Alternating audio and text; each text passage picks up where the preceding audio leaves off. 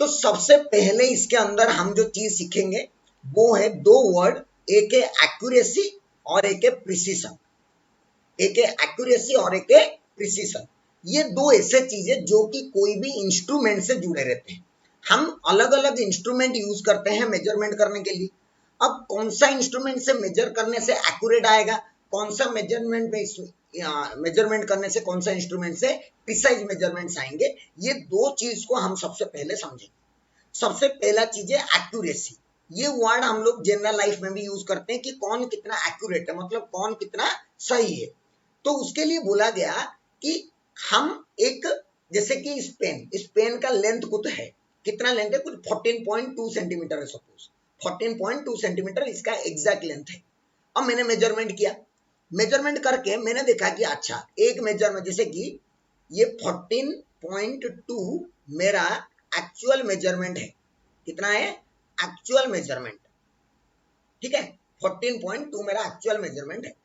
इसको क्या बोला जाता है, इसको बोला जाता है ट्रू वैल्यू। इसको क्या बोला जाता है, ट्रू वैल्यू। अब मैंने इसको मेजर किया, मैंने इसको मेजर किया, जब मेजर किया कब मेरा आया 14.1, कभी आया मेरा 14, कभी आया मेरा 14.2। तीन मेजरमेंट मैंने किए। तो इसमें से अगर देखोगे तो ट्रू वैल्यू को, ये मेरे मेजर्ड वैल्यूज है, ये क्या है मेरे, ये मेरे मेजर्ड वैल्यूज है, मेजर्ड वैल्यूज। तो ये मेजर्ड वैल्यू कौन इसको ज्यादा क्लोज है, कौन इसका ज्यादा क्लोज है, सबसे नजदीक वाला वैल्यू को ज्यादा एक्यूरेट बोला जाएगा। तो accuracy refers to how closely a measured value agrees with the true value. True value के साथ मेजर्ड वैल्यू कितना ज्यादा एग्री कर रहा है, मतलब कितना ज्यादा क्लोज है उसका। जो जितना ज्यादा क्लोज, जैसे यहाँ पे ये सबसे ज्यादा एक्यूरेट रहेगा, ये 1, उसके बाद ये थोड़ा सा उससे कम, ये सबसे ज्यादा एक्यूरेट, ये उससे थोड़ा कम एक्यूरेट, और ये सबसे बेकार है एक्यूरेट, मतलब इसका एक्यूरेसी सबसे खराब। ये सिंपल सी बात है एक्यूरेसी। प्रिसिशन क्या है ना, precision refers to the resolution of the given physical quantity that can be measured. थोड़ा कम समझ में आया होगा, इसीलिए मैं दूसरा स्टेटमेंट लिखाया हूं, क्या ना, प्रिसिशन रिफर्स टू, ये मार्क करो, closeness between the different observed values of the same quantity. मतलब कि मेरे जो मेजरमेंट में किया हूं वो अलग अलग मेजरमेंट वाले वैल्यूज एक दूसरे के कितने क्लोज हैं, उसका प्रिसिशन उतना ज्यादा है। समझ में नहीं आया, मैं एग्जांपल करके बताता हूं, थोड़ा सा तुम्हें समझ में आ जाएगा। प्रिसिशन के लिए एक छोटा सा एग्जांपल देखा। सपोज एक ट्रू वैल्यू है, कोई एक ट्रू वैल्यू, कुछ भी हो सकता है, कोई एक ट्रू वैल्यू है, ध्यान से सुनना, कोई एक ट्रू वैल्यू है 14.256, कोई एक ट्रू वैल्यू है, इतना इतना सेंटीमीटर, कोई एक लेंथ है, इस पेन का लेंथ मान लो। अब इसको मैं मेजरमेंट किया, इसको मैं क्या किया, मेजरमेंट किया। तो मेजरमेंट 1, उसके बाद और एक मेजरमेंट किया, मेजरमेंट 2, फिर से मेजरमेंट किया, तो मेजरमेंट 3। 3 बार मेजरमेंट मैंने किया इसको। अच्छा, 3 बार जो अलग अलग मेजरमेंट किया, एक बार मेरा मेजरमेंट आया 14.254, एक बार आया 14.253, और एक बार आया 14.256। ये कोई ए स्टूडेंट ने मेजरमेंट किया, ऑलराइट, ये कोई ए स्टूडेंट ने मेजरमेंट किया 254। कोई स्टूडेंट बी ने जाके फिर से मेजरमेंट किया, स्टूडेंट बोला मैं भी 3 मेजरमेंट करूंगा, मैं बोला ठीक है कर। तो उसने मेजरमेंट किया, एक आया उसका 14.255, एक आया उसका 14.256, और एक आया उसका 14.258। अब ध्यान से सोच, इन 3 वैल्यूज को देख, ये 3 मेजर्ड वैल्यूज जो हैं वो कितने क्लोज हैं, बहुत क्लोज हैं। एक 254, ये भी 254, ये 253, बहुत क्लोज है, दो तो सेम सेम ही। इसमें देख ये इतना क्लोज नहीं है, दो दो का गैप है, बट ये जो है they are more close to true value, more close to true value. True value को ये बहुत ज्यादा पास में है, इसका मतलब इनका एक्यूरेसी क्या होगा, ज्यादा, मोर एक्यूरेट, मोर एक्यूरेट, ये सब ज्यादा एक्यूरेट होंगे। बट इनके बीच में ये वैल्यू, ये वैल्यू, ये वैल्यू के बीच में डिफरेंस बहुत ज्यादा है कंपैरिजन टू दिस। लेकिन ये स्टूडेंट का एक्यूरेट कम है, लेस एक्यूरेट। स्टूडेंट का क्या है, इसका less accurate, but more precision, more precision. क्या एक्यूरेसी और प्रिसीशन पूरा एग्जाम्पल के साथ समझ में आ गया सबको कि एक्यूरेसी एक अलग चीज है और प्रिसीशन एक अलग चीज है। इसीलिए लिखा गया high precision does not mean high accuracy. Precision ज्यादा है इसका मतलब नहीं है कि एक्यूरेसी भी ज्यादा होगा। एक्यूरेसी ज्यादा है कि नहीं वो ट्रू वैल्यू का क्लोजनेस से डिसाइड होता है, प्रिसीजन ज्यादा है कि नहीं तो वो डिफरेंट मेजर्ड वैल्यूज का क्लोजनेस से डिसाइड होता है। ट्रू वैल्यू चाहे कुछ भी हो, फर्क नहीं पड़ता है। तो प्रिसीजन और एक्यूरेसी जो है वो दोनों अलग अलग चीजें। मैं एक छोटा सा एग्जांपल से समझाया और एक एग्जांपल तुम्हारे सामने। सपोज एक ट्रू वैल्यू है व्हिच इज 2.250। अच्छा, उसको 3 स्टूडेंट मेजर किए, स्टूडेंट हुआ A, student B, student C. 3 student measure किए उसको, दिख रहा है? 3 स्टूडेंट मेजर किए और उनका पहला मेजरमेंट में इसको मिला 25, इसको मिला 27, इसको मिला 26 और उसको एवरेज निकाला तो 26 आएगा। छोड़ दो 25, ये 27, ये 26, डिफरेंस कितने का हो रहा है तुम देखो खुद। यहाँ पे जो डिफरेंस आ रहा है एक एक में वो 0.01 सेंटीमीटर का डिफरेंस आ रहा है। इसमें देखो, इसमें 252, 250, 251, इसमें जो डिफरेंस आ रहा है वो 0.001 सेंटीमीटर का डिफरेंस आ रहा है और इसमें नो डिफरेंस एट ऑल। मतलब प्रिसीशन के बारे में अगर मैं बात करूं तो प्रिसीशन उसका ज्यादा होता है जिसका मेजर्ड वैल्यूज के बीच में डिफरेंस कम हो। मतलब इसका प्रिसीशन सबसे ज्यादा हाई प्रिसीशन, इसका थोड़ा सा कम लेस प्रिसीशन और इसका लोएस्ट प्रिसीशन। पहला चीज समझ में आ गया। एक्यूरेसी की तरफ बढ़ते हैं। एक्यूरेसी के लिए देख, एक्यूरेसी के लिए ये देख 250, ये भी 250, ये भी 250 और मेरा ट्रू भी 250। चलो सब कुछ क्लोज है। मतलब ये हाई प्रिसीशन के साथ साथ हाई एक्यूरेसी भी है। इसको देख, इसमें ये 252, ये 250 और ये 251, ये थोड़ा सा प्रिसाइज है, थोड़ा सा प्रिसाइज है और थोड़ा सा एक्यूरेट है। मतलब less precise, less accurate comparison to this. But ये neither precise nor accurate, accurate भी नहीं है। 2526 आ रहा है, कुछ कुछ आ रहा है।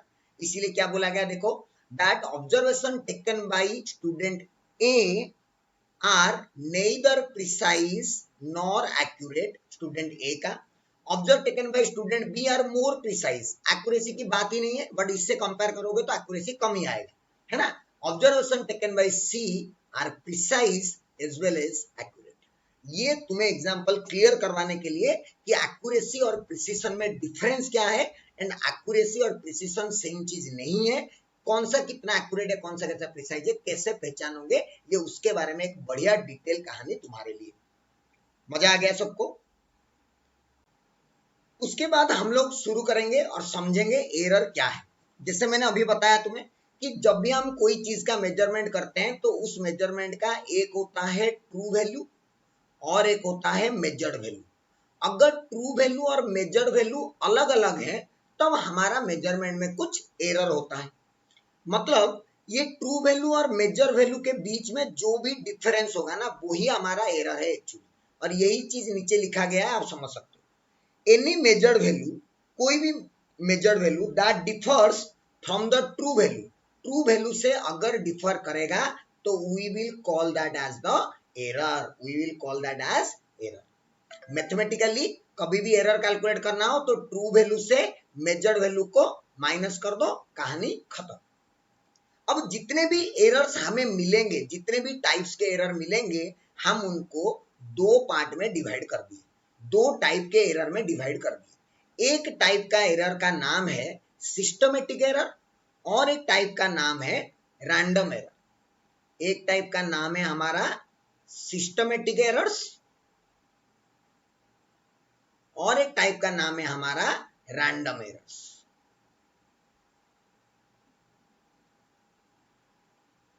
ठीक है, समझते हैं सिस्टमेटिक एरर और रैंडम एरर क्या है। नाम से ही पता चल रहा है कि सिस्टमेटिक मतलब उसका एक सिस्टम है, उसका एक पर्टिकुलर पैटर्न है, वो कैसे आएगा, कैसे जाएगा, कैसे उसको हटा दो, उसके बारे में हमें कंप्लीट नॉलेज होता है। रैंडम एरर्स लेकिन वो एरर्स है जिनके बारे में हमें कोई आइडिया नहीं, वो अचानक से आ जाएंगे थानोस की तरह। रैंडम, कुछ नहीं पता, वो कहीं से भी कैसे भी आ जा सकते हैं, उसके रीजन्स भी इनफाइनाइट नंबर ऑफ रीजन्स है ना। सिस्टमेटिक एरर्स वो एरर्स हैं जिनके बारे में हमें आइडिया है और वो हमेशा एक ही डायरेक्शन में अपीयर होते हैं। मतलब मैं तुम्हें एक एग्जांपल के साथ ना सिस्टमेटिक एरर समझाऊंगा। ऐसा एक एरर जिसके बारे में हमें पता है, जैसे कि मैं पहले भी बताया था कि अगर मान लो कि आप कोई सब्जी के दुकान में गए सब्जी लेने के लिए और देखे कि उसका जो डिजिटल वेइंग मशीन है वो ऑलरेडी कुछ शो कर रहा है रीडिंग, सपोज 100 ग्राम शो कर रहा है, तुम उसको बोले कि भाई 1 किलो आलू देना, तो उसने लाया आलू रखा और फिर वो रीडिंग में 1 किलो दिखाया, तो बोला कि ले जाओ। तो जो रीडिंग आया 1 किलो, क्या वो रीडिंग करेक्ट रीडिंग है? नहीं, उस रीडिंग में गलत है। क्यों गलत है? तो पहले ही देखा था कि 100 ग्राम था। मतलब रियलिटी में अब तेरा जो मेजरमेंट आया, जो मेजर्ड वैल्यू आया, उसमें कुछ एरर है, लेकिन कितना एरर है ये तुम्हें ऑलरेडी पता है। मेन बात वही है कि ये जो एरर है ये कितना है ये तुम्हें ऑलरेडी पता है। और सोच, तू पहले बार आलू लाके रखा तो वो 100 के मतलब 100 ग्राम तुझे मतलब पता चल गया कि 1 केजी से मुझे 100 ग्राम माइनस करना है ना। अच्छा, दूसरी बार वो लाके प्याज रखा, तू देखा फिर से 1 किलो आया तो समझ गया कि मुझे अभी 100 ग्राम माइनस करना है। मतलब हर बार वो जो एरर अपीयर हो रहा है, वो जो एक एरर तुम पहचान लियो, पता कर लो, वो जो एरर अपीयर हो रहा है वो हमेशा एक ही डायरेक्शन में अपीयर हो रहा है। मतलब तुझे पता चल गया कि हम मेजर वैल्यू से 100 ग्राम माइनस ही करना है मुझे। समझ में आया? तो सिस्टमेटिक एरर्स के बारे में 2 पॉइंट मैंने बताया। पहला पॉइंट बताया कि these are errors we have an idea about। ये वो एरर्स हैं जिनके बारे में हमें आइडिया है। दूसरा चीज, these are यूनिडायरेक्शनल। मतलब समझ गए यूनिडायरेक्शनल का मतलब दे appear in a single direction, either greater than और either more than the measured value और less than the measured value, जैसे मैंने अभी बताया। तीसरा, अगर तुम्हें उसके बारे में पता भी है और तुम उसको एक डायरेक्शन में है बोल के बोल रहे हो, so this can be remove. ये आराम से रिमूव कर सकते हैं हम लोग, कोई दिक्कत की बात नहीं। बट रैंडम एरर से तो नहीं है। रैंडम एरर्स के बारे में we have no idea about the random errors. We have no idea about these errors. हमें आइडिया ही नहीं है इनके बारे में। अच्छा, दूसरा पॉइंट क्या है? ये एनी डायरेक्शन में अपीयर होते हैं। They appear in random direction, they occur in random directions. जैसे कि एग्जांपल बताता हूं, सुन। रैंडम डायरेक्शन, सपोज तू कोई ऐसा एक्सपेरिमेंट कर रहा है जो कि टेम्परेचर पे डिपेंड करता है ना। तो सोच, तू सर्दी के दिन में टेम्परेचर देखा कम हो गया था, गर्मी के दिन में टेम्परेचर देखा ज्यादा हो गया था, तो अलग अलग टेम्परेचर में तेरे मेजरमेंट्स अलग अलग आएंगे, है कि नहीं? तो कोई भी डायरेक्शन में, अभी हवा की वजह से कहीं पे हवा चल गया तो उसके वजह से अलग हो जाएगा, कहीं पे तुम ऑब्जर्वेशन सीधा देखे स्केल का मेजरमेंट कर रहे हो सपोज, है ना। तो रैंडम डायरेक्शन, और इनके बारे में हमें पता भी नहीं होता है तो इनको रिमूव भी नहीं कर सकते। They can not be remove, these errors can not be remove. अच्छा, अगर रिमूव नहीं कर सकते तो क्या हम एरर के साथ जिंदगी भर जिंदा रहेंगे? हैं? हम लोग अभी पाप से मुक्त तो नहीं हो सकते, बट पाप धोने के लिए गंगा तो जाते हैं, है ना। ये वही बात हो गया कि इनको रिमूव तो नहीं कर सकते, बट दीज आर मिनिमाइज्ड। उनको मिनिमाइज हम लोग कर देते हैं। These are minimized by taking multiple readings and finding the average हम लोग फाइंड आउट कर देते हैं ताकि हम लोगों को थोड़ा सा करेक्ट रीडिंग मिले। अब हटा तो नहीं सकते बट थोड़ा सा कम कर देते हैं, मिनिमाइज कर देते हैं। कैसे मिनिमाइज करते हैं? बहुत सारा रीडिंग लेके, वही हम लोग थोड़ी देर में करने भी वाले हैं, थोड़ा रुक जाओ। चौथा पॉइंट, इसमें ये जो जनरली अपीयर होता है ना सिस्टमेटिक एरर, वो इंस्ट्रूमेंट की फॉल्ट की वजह से अपीयर होता है। Generally due to instrumental faults, है ना। इंस्ट्रूमेंट में गलती की वजह से अपीयर होता है, बट ये बहुत सारे रीजन की वजह से अपीयर हो सकते हैं। They appear due to multiple reasons. कोई भी रीजन की वजह से अपीयर हो सकते हैं। जैसे कि क्या क्या मल्टीपल रीजंस ना, एक हो गया environmental effect, environment, environment, experimental setup, है ना, एक्सपेरिमेंटल सेटअप, या फिर प्रोसीड्योर, प्रोसीड्योर, या फिर और एक होता है पैरालैक्स, और एक होता है पैरालैक्स। ये पैरालैक्स क्या है मैं समझाऊंगा, थोड़ी देर में समझाऊंगा, टेंशन मत लो। पैरालैक्स को बॉक्स कर देता हूं, पैरालैक्स क्या है समझाऊंगा, टेंशन मत। ये बहुत सारे चीजों की वजह से ये रैंडम एरर अपीयर हो सकता है, लेकिन सिस्टमेटिक एरर पर्टिकुलर रीजन की वजह से अपीयर होते हैं। वो जनरली इंस्ट्रूमेंटल फॉल्ट दूसरे भी रीजन है। इसका सबसे बढ़िया एग्जांपल है जीरो एरर, इसका सबसे बढ़िया एग्जांपल है जीरो एरर।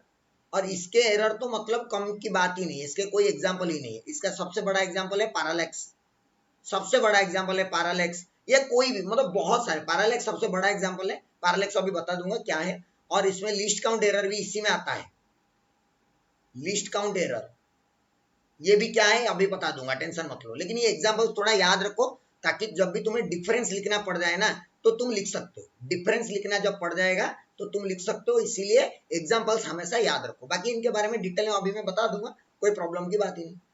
तो समझ में आ गया एरर्स क्या होते हैं, सिस्टमेटिक एरर्स और रैंडम एरर्स। और सिस्टमेटिक एरर का क्या क्या कहानी है, रैंडम एरर का क्या क्या कहानी, सबको क्लियर हो गया। अब इसके अंदर कुछ कुछ चीजें, जैसे एक हो गया जीरो एरर, एक हो गया हमारा लिस्ट काउंट एरर, एक हो गया पैरालैक्स। ये तीन चीजें आपको मैं समझा देता हूं सबसे पहले कि ये क्या क्या है ना। सबसे पहले जीरो एरर, सबसे पहले जीरो एरर। ये इतना बड़ा वाला यूज होने वाला है ये जीरो एरर, जब तुम लैब करोगे या जब हम लोग दो इंस्ट्रूमेंट के बारे में भी पढ़ेंगे, थ्योरी में पढ़ाऊंगा आपको वो दो इंस्ट्रूमेंट के बारे में, तब पता चलेगा कि जीरो एरर का कितना ज्यादा इंपॉर्टेंस है। जीरो एरर हमें एक्चुअली बहुत ज्यादा जरूरी है, क्यों समझो ना। कभी कभी अभी जो मैं तुमको एग्जांपल दे रहा था ना कि तुम लोग मेजरमेंट करने गए, बट वो मेजरमेंट में ऑलरेडी 100 ग्राम लिखा हुआ था।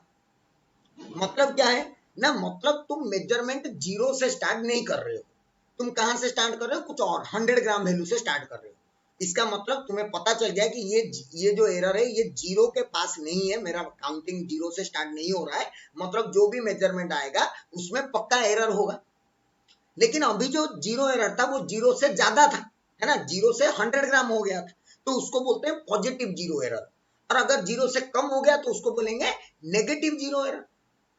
समझ में आया जीरो एरर क्या है। जीरो एरर अपीयर्स, ये कब अपीयर होता है ना, it appears if the measurement is not started from zero, is not started from zero।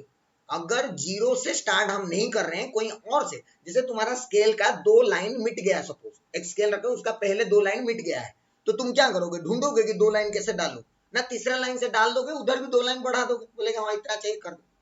मतलब तुम्हें पता चल गया कि जितना भी आएगा उससे मुझे दो लाइन कम कर देना है, 2 mm कम कर देना है, खत्म कहानी, है ना। तो जब जीरो से स्टार्ट नहीं होता है कोई भी मेजरमेंट, तब उसको जीरो एरर बोलते हैं। अब अगर जीरो के आगे रह गया, एहेड ऑफ जीरो, है ना, अगर starts from ahead of zero, starts from ahead of zero मतलब जीरो के आगे से स्टार्ट कर रहे हैं, अगर एहेड ऑफ जीरो, तो उसको बोलेंगे पॉजिटिव जीरो एरर, उसको क्या बोलेंगे, positive zero error.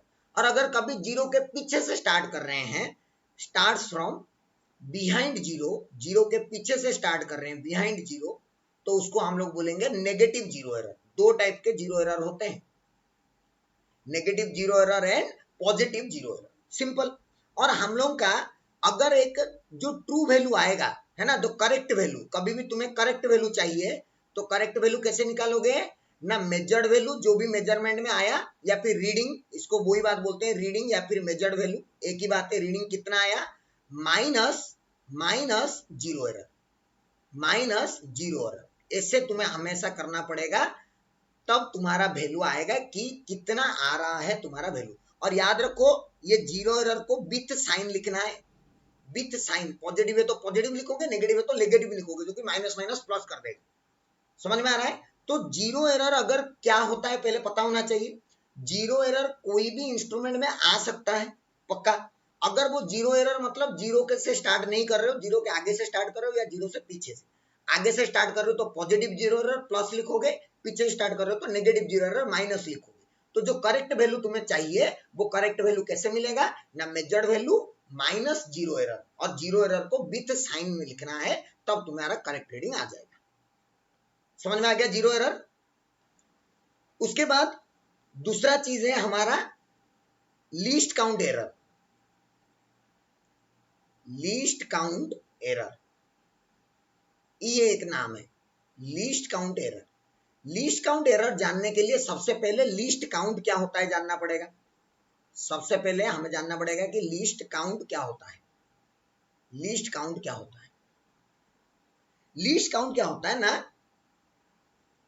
The minimum और द लोएस्ट और the smallest measurement that can be done by an instrument. जैसे कि मैं तुम्हें स्केल दे दूं, नॉर्मल वाला स्केल, मेरे पास है नहीं वरना दिखाता मैं, नॉर्मल वाला स्केल दे दूं सपोज, तो नॉर्मल वाला जैसे कि यहाँ पे मैं लिख सकता, शायद मुझे मिल जाएगा तो मैं देखता हूँ, स्केल अगर मिल जाएगा तो I try to give you, है ना, एक मिनट।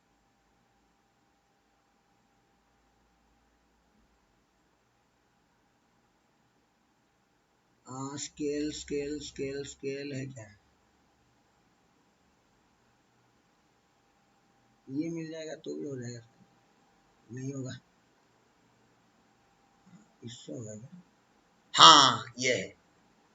देखो जैसे कि अगर मैं इस स्केल की बात करूं, है ना, अगर मैं इस स्केल की बात करूं, देखो इस स्केल की, इस स्केल में क्या है ना, मेजरमेंट अगर मैं करूंगा इस स्केल में तो जीरो और ये वन और उसके बीच में 10 डिवीजन है। मेरा नॉर्मल स्केल भी तो इतना ही रहता है, अरे मेरा नॉर्मल स्केल भी तो इतना ही रहता है कि नहीं, नॉर्मल स्केल भी इतना ही रहता है, ये जीरो और ये वन, तो इसके बीच में ये जो छोटा सा सबसे मेजरमेंट में कर सकता हूं दैट इज वन डिवीजन। सो उसको बोलते हैं लीस्ट काउंट, कि मैं एक इंस्ट्रूमेंट से कितना मिनिमम मेजरमेंट कर सकता हूं, है ना, the minimum or the smallest measurement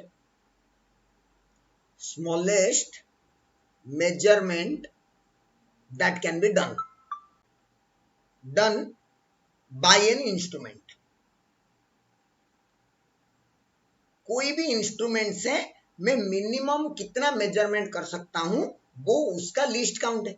जैसे कि जो नॉर्मल वाला स्केल है, नॉर्मल 15 एग्जांपल सुन लो, एग्जांपल जो नॉर्मल 15 सेंटीमीटर वाला स्केल होता है उसमें कैसा रहता है, देखो ये हो गया स्केल, मान लो ऐसे, इसमें ये हो गया जीरो, ये हो गया जीरो और ये हो गया वन, है ना, मतलब ये 0 सेंटीमीटर और ये 1 सेंटीमीटर, और इसके अंदर में कितने डिवीजन रहते हैं ना, इसके अंदर में बीच में एक रहता है ऐसे, इस साइड में 5 डिवीजन, 1 2 3 4 5, 1 2 3 4 5 ऐसे रहता है। मतलब ये टोटल कितना डिवीजन है, टोटल 10 डिवीजन है कि नहीं अंदर में, तो 10 डिवीजन इक्वल्स टू 1 सेंटीमीटर, तो देयरफॉर 1 डिवीजन इक्वल्स टू कितना हो गया ना, 1/10 सेंटीमीटर दैट इज 1 मिलीमीटर।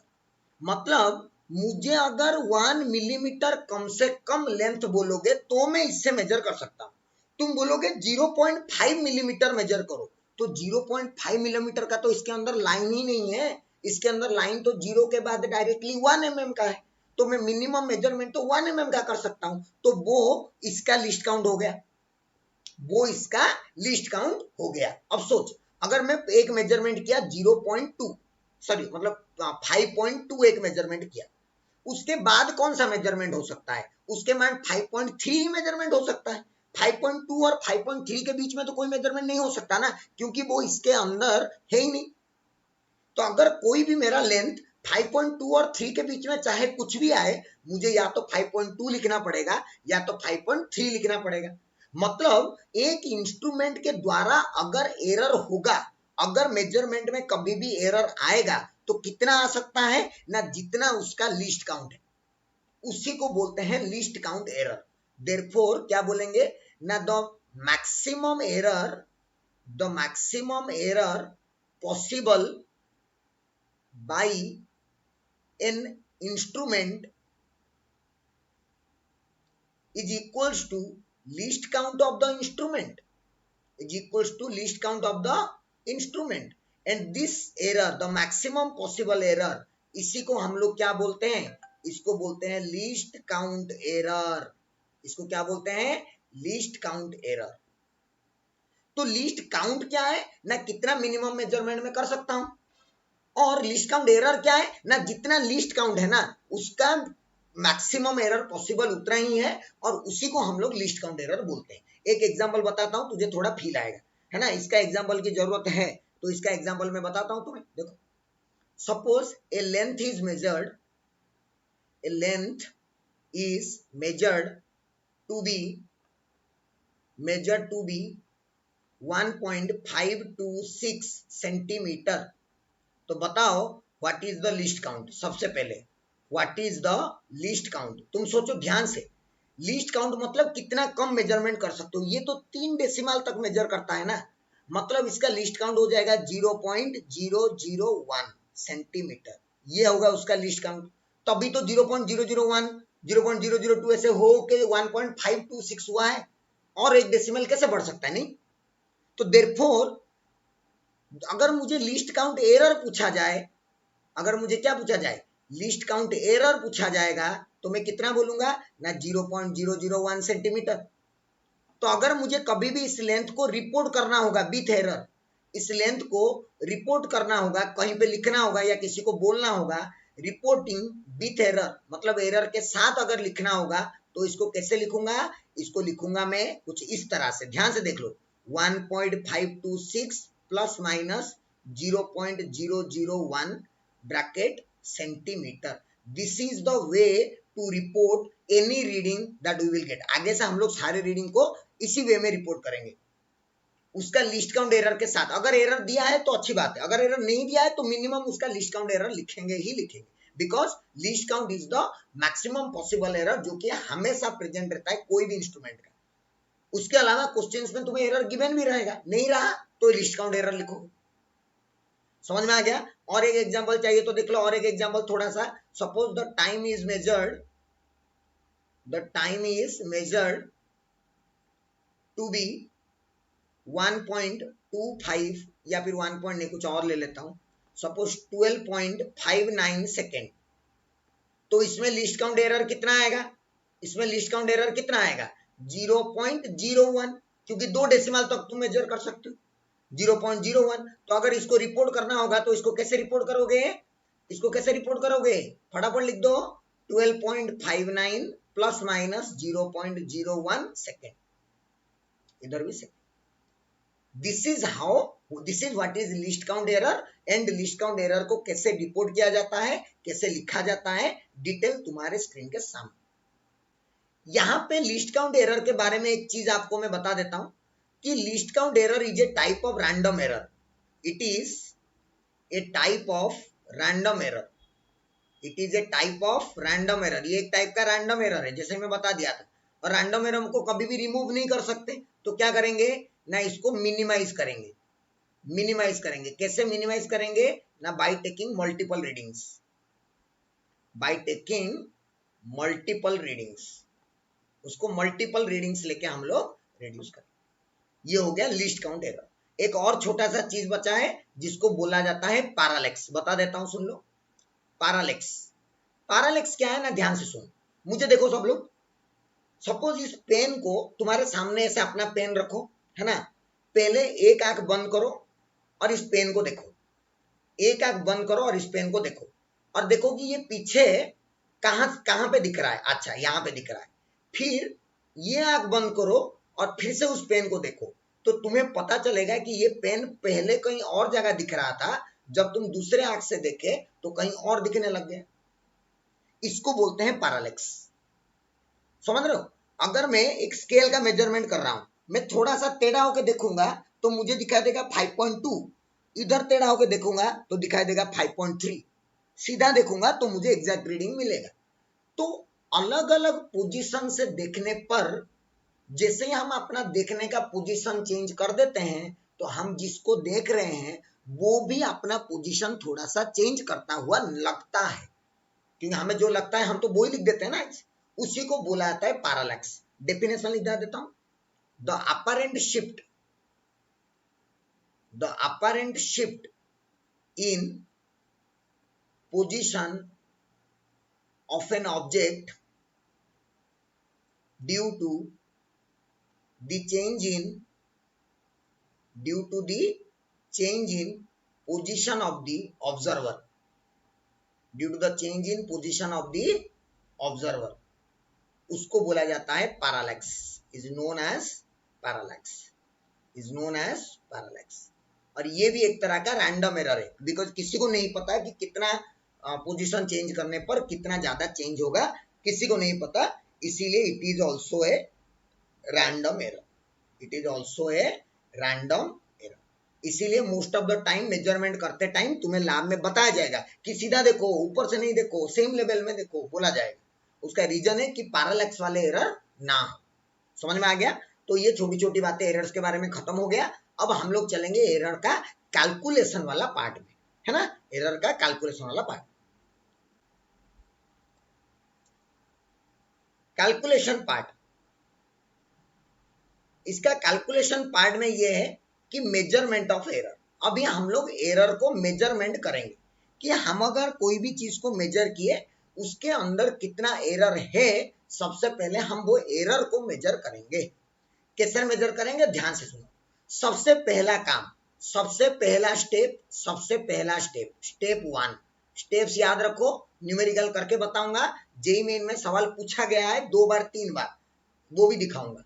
सबसे पहले क्या करो, calculate the true value. Step 1 क्या है, फाइंड दी ट्रू वैल्यू। अब वो ट्रू वैल्यू क्या है ना, in a measurement the arithmetic mean of all readings which is found to be very close to the most accurate reading is to be taken as the true value of quantities। मतलब तुम कोई measurement किए, बहुत सारे measurement किए, पहली बार किए, दूसरी बार किए, तीसरी बार किए, चौथी बार किए, 5 बार किए। अब मैं क्या बोला कि उस सबसे ज्यादा एक्यूरेट, मतलब विथ मिनिमाइज्ड रैंडम एरर्स जो मेजरमेंट होगा, वो मेजरमेंट कौन सा वाला होगा ना, सबका एवरेज निकाल के।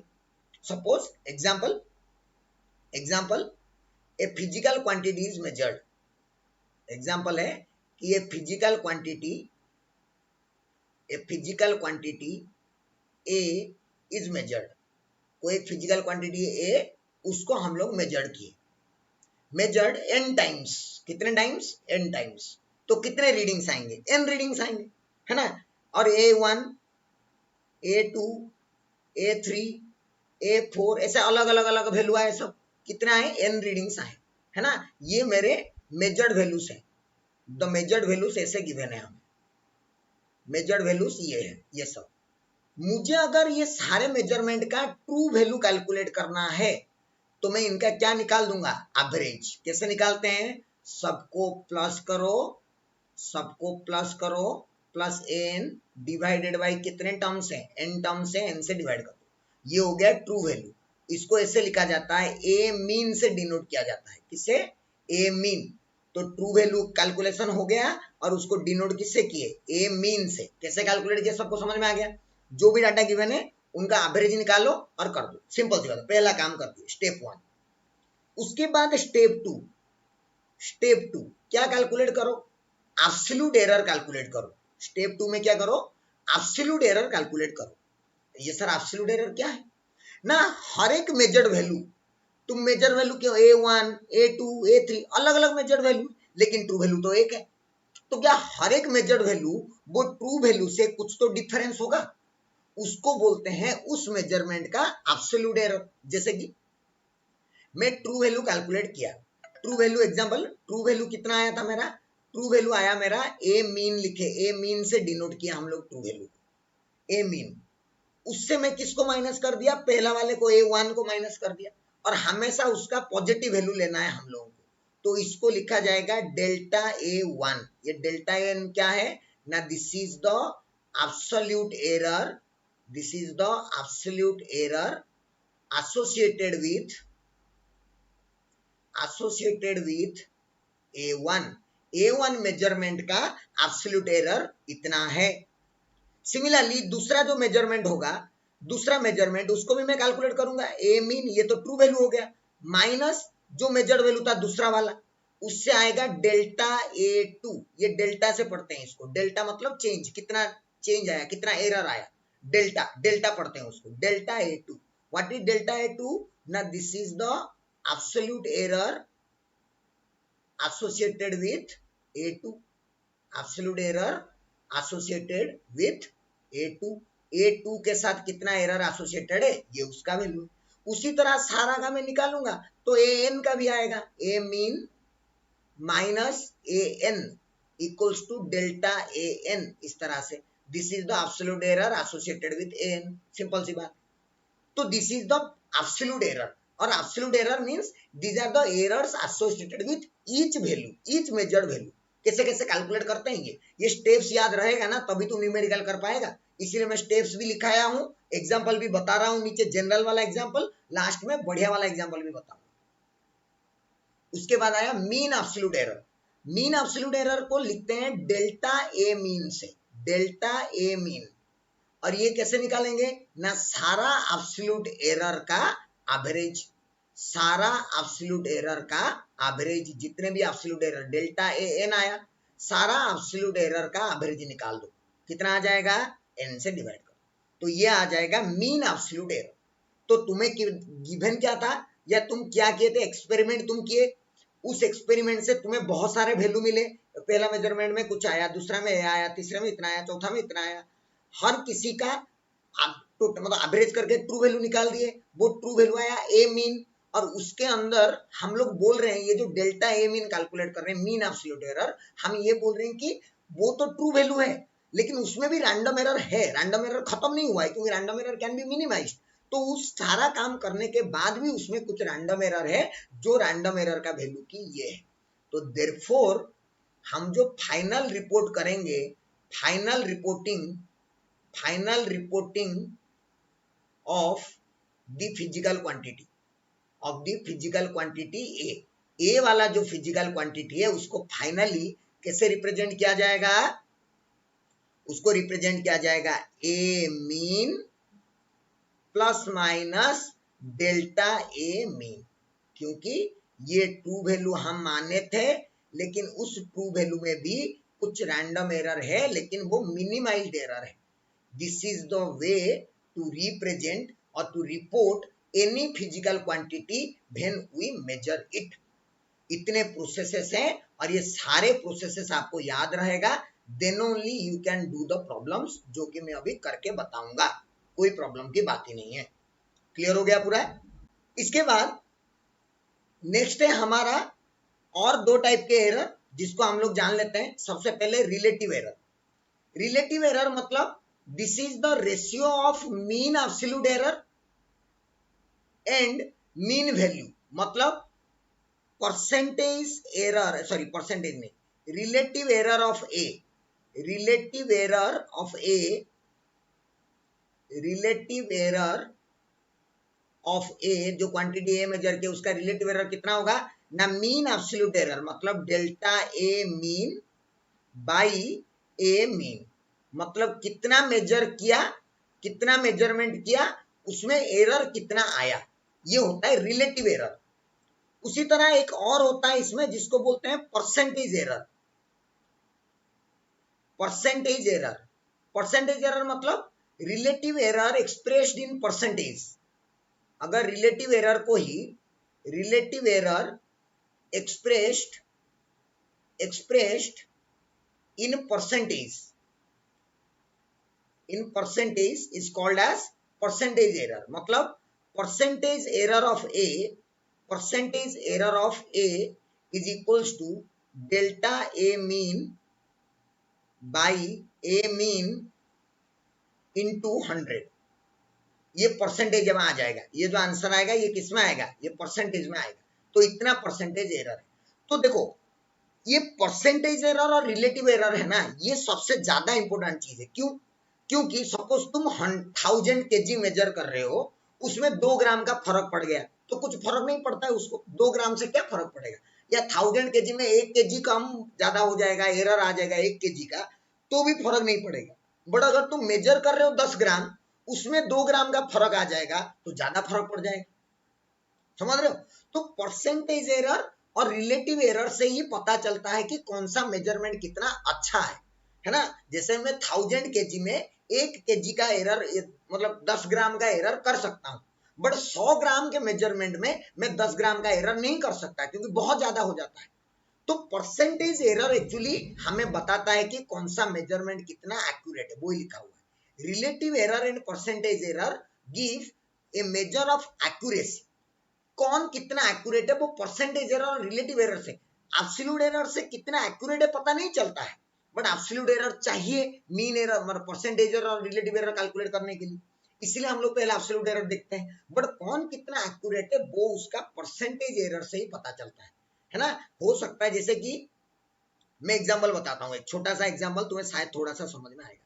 जैसे कि एक एग्जांपल बताता हूँ। सपोज एक लेंथ मेजर किया है 100 प्लस माइनस 0.1 मीटर, ठीक है ये, और एक लेंथ मेजर किया है L1, suppose length 2 suppose major किया है 1 प्लस माइनस 0.1 मीटर।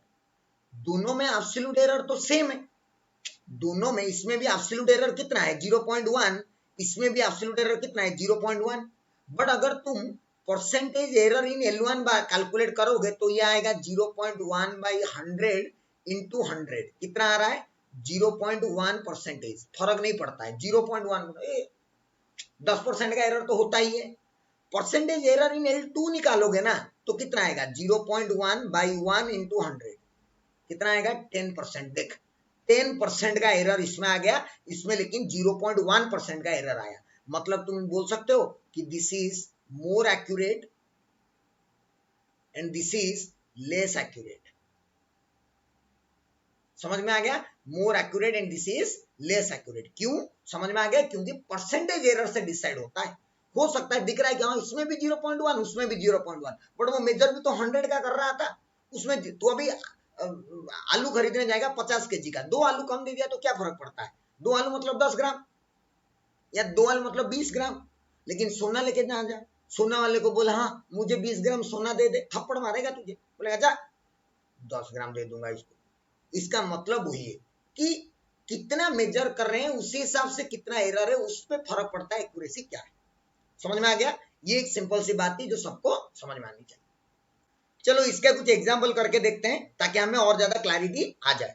जैसे कि एक छोटा सा एग्जाम्पल है, क्या बोला है देखो, repetition in measurement of a certain quantity, एक क्वांटिटी को हम लोग मेजरमेंट किए, बार बार मेजरमेंट किए in an experiment, gave the following values, ये वैल्यूज मिला, ये 1 2 3 4 5 6 7 और 8 वैल्यूज को वो मेजरमेंट किया, है ना? Calculate the mean value, mean value तो हम लोग ऐसे ही कैलकुलेट कर देंगे। ये let the physical quantity is a, let the physical quantity is कुछ भी ए टी बी सी कुछ भी मान, ए मान लो, तो देयरफॉर ए मीन का वैल्यू कितना हो जाएगा, ए मीन कैसे कैलकुलेट करेंगे, सबको ऐड करो फिर डिवाइड करो, सबको ऐड कर दो 1.29 plus 1.33 plus 1.34 plus 1.35 plus 1.32 plus 1.30 plus 1.33, सबको ऐड कर दिया, डिवाइडेड बाई कर दो, डिवाइडेड बाई कितना आ जाएगा, डिवाइडेड बाई 8, है ना? अच्छा ठीक है सर, कैलकुलेट करेंगे सर, कर दो सर, कितना आएगा, कैलकुलेटर निकालना पड़ेगा उसके लिए, कैलकुलेटर निकालना पड़ेगा, निकलेगा कि नहीं कैलकुलेटर पता नहीं,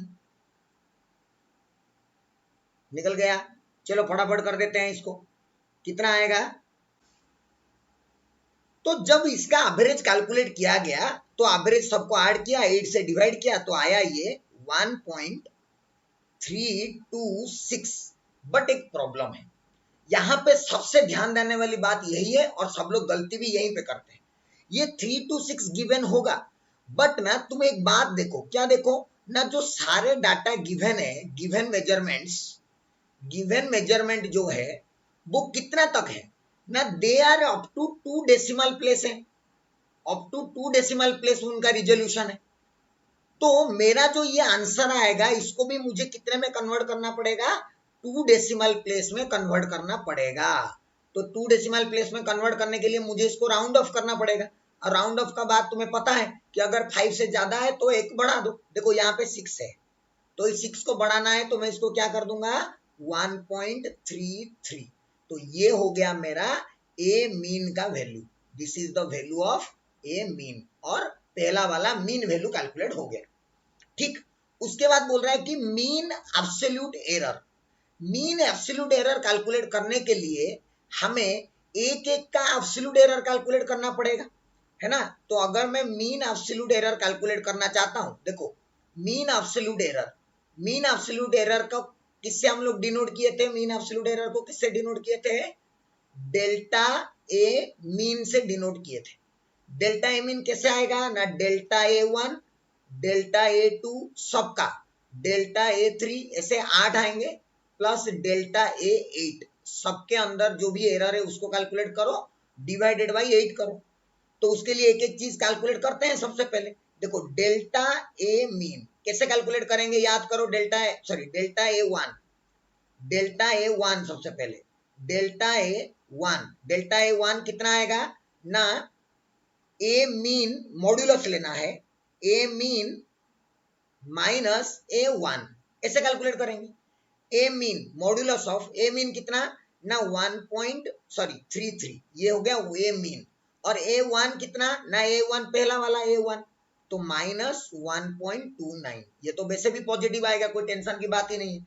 कितना आएगा 0.04, ये आ गया delta A one. Similarly delta A two calculate करो। डेल्टा ए टू देखो 1.33 माइनस 1.32, क्या 0.01 आ जाएगा। डेल्टा ए थ्री कैलकुलेट करो, डेल्टा ए थ्री 1.33 माइनस 1 देखो इसको मैं लिख देता हूँ, मॉड्यूलस ऑफ 1.33 माइनस 1.34। देखो अंदर नेगेटिव आएगा बट मॉड्यूलस लिखा है, इसलिए तुम्हें क्या करना है, हमेशा पॉजिटिव में कन्वर्ट कर देना है। तो ये भी हो जाएगा 0.01।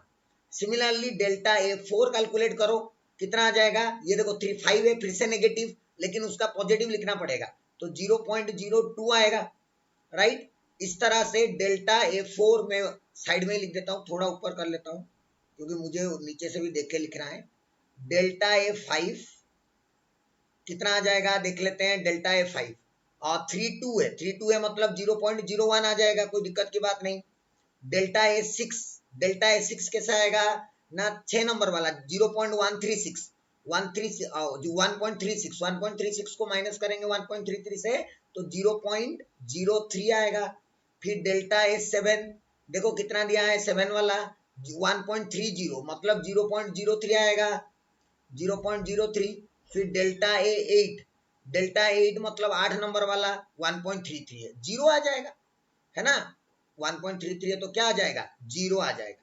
ओके, ये आ गया जीरो। तो इतने हमें डेल्टा सबका वैल्यू मिल गया। अब अगर डेल्टा ए मीन चाहिए तो इन सबको क्या कर दो, ऊपर प्लस कर दो। देखो 0.1 एक, 2 0.1, 3 0.1, 3 0.1 तो कितने हो जाएंगे 0.03 हो जाएंगे। फिर 0.02 एक, 0.03 मतलब हो जाएंगे 0.04 प्लस 0.02 एक है, 0.02 एक है मतलब 0.02 लिख दो। तो इसके अंदर 3, इसके अंदर थे 3, इसके अंदर कितने थे, इसके अंदर थे 2, 3 2 5 हो गया, सॉरी ये 0.04 नहीं 0.06 होगा, है ना, 0.06।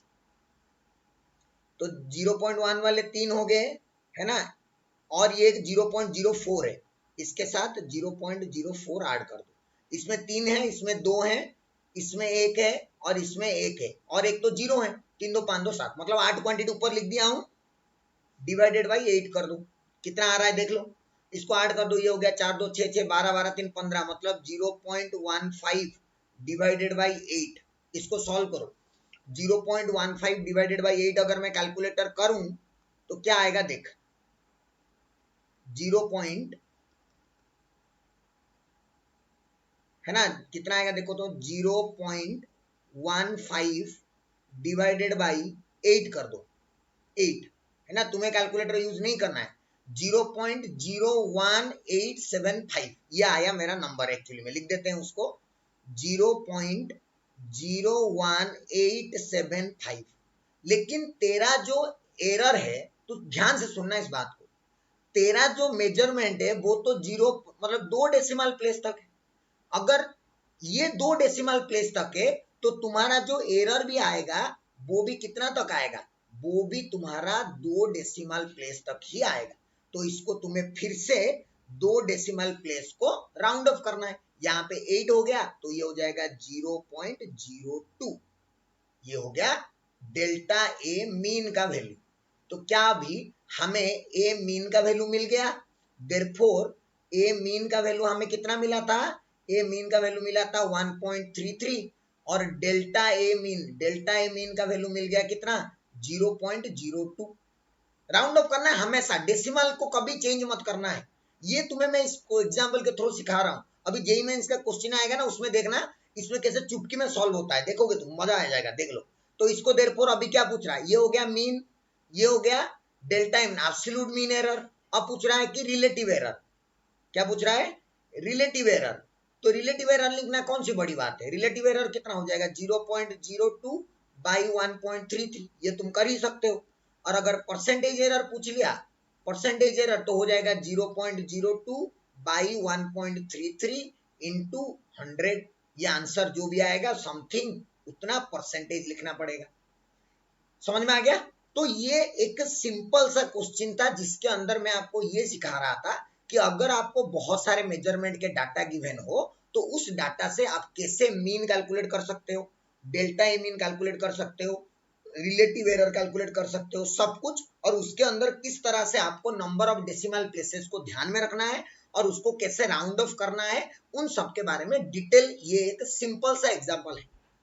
इसके बाद हम लोग लिखेंगे जेईई मेंस का एक सवाल जो कि जेईई मेंस आया था, कब देख लेते हैं, जेईई मेंस 2016 में आया, है ना। अब ये शानदार क्वेश्चन है, इसके अंदर और एक नया चीज हमें सीखने को मिलेगा अभी, है ना, सीखते हैं इसको। जेईई मेन 2016 का क्वेश्चन है, 2016 का, उस टाइम में ऑफलाइन ऑनलाइन दोनों होते थे, तो ये ऑफलाइन का पेपर का क्वेश्चन था, है ना। ये क्वेश्चन मैं पहले भी सॉल्व किया था, जब 2016 में हुआ था तो मैं उस टाइम में नया नया पढ़ा रहा था एक्चुअली, तो मैं उस टाइम में ये क्वेश्चन सॉल्व किया था। क्या बोला है, a student measures the time period of 100 oscillations of a simple pendulum. एक पेंडुलम का 100 ऑसिलेशन के लिए कितना टाइम लगता है, मतलब 100 बार ऐसे ऐसे किया तो कितना टाइम लगता है, वो तुम्हें गिवन है। कितना गिवन है, 4 डाटा गिवन है तुम्हें, है ना। तो टाइम मेजरमेंट कर रहा है, टाइम मेजरमेंट, अगर टाइम मेजरमेंट कर रहा है तो क्या किया जाए, क्या क्या time, T1 T2 T3 T4, जिसका भी टाइम मेजरमेंट कर रहा हूं हमें क्या फर्क पड़ता है, वो तो नाम के लिए दिया है क्योंकि ये प्रैक्टिकल एप्लीकेशन है और प्रैक्टिकली हम लोग सिंपल पेंडुलम का टाइम मेजर करेंगे। 4 मेजरमेंट किया, ये कितना कितना, एक किया 90 सेकेंड का, और एक किया 91 सेकेंड का, और एक किया 95 सेकेंड का, फिर और एक क्या 92 सेकेंड का। इतना डाटा उससे दिया हुआ है। तो इसमें से हम फटाक से क्या निकाल सकते हैं, टी मीन निकाल सकते हैं, मीन निकाल सकते हैं कितने, 90 plus 91 plus 95 plus 92 whole divided by 4 करके देख लेते हैं कितना आएगा, है ना, करके देख लेते हैं कितना आएगा।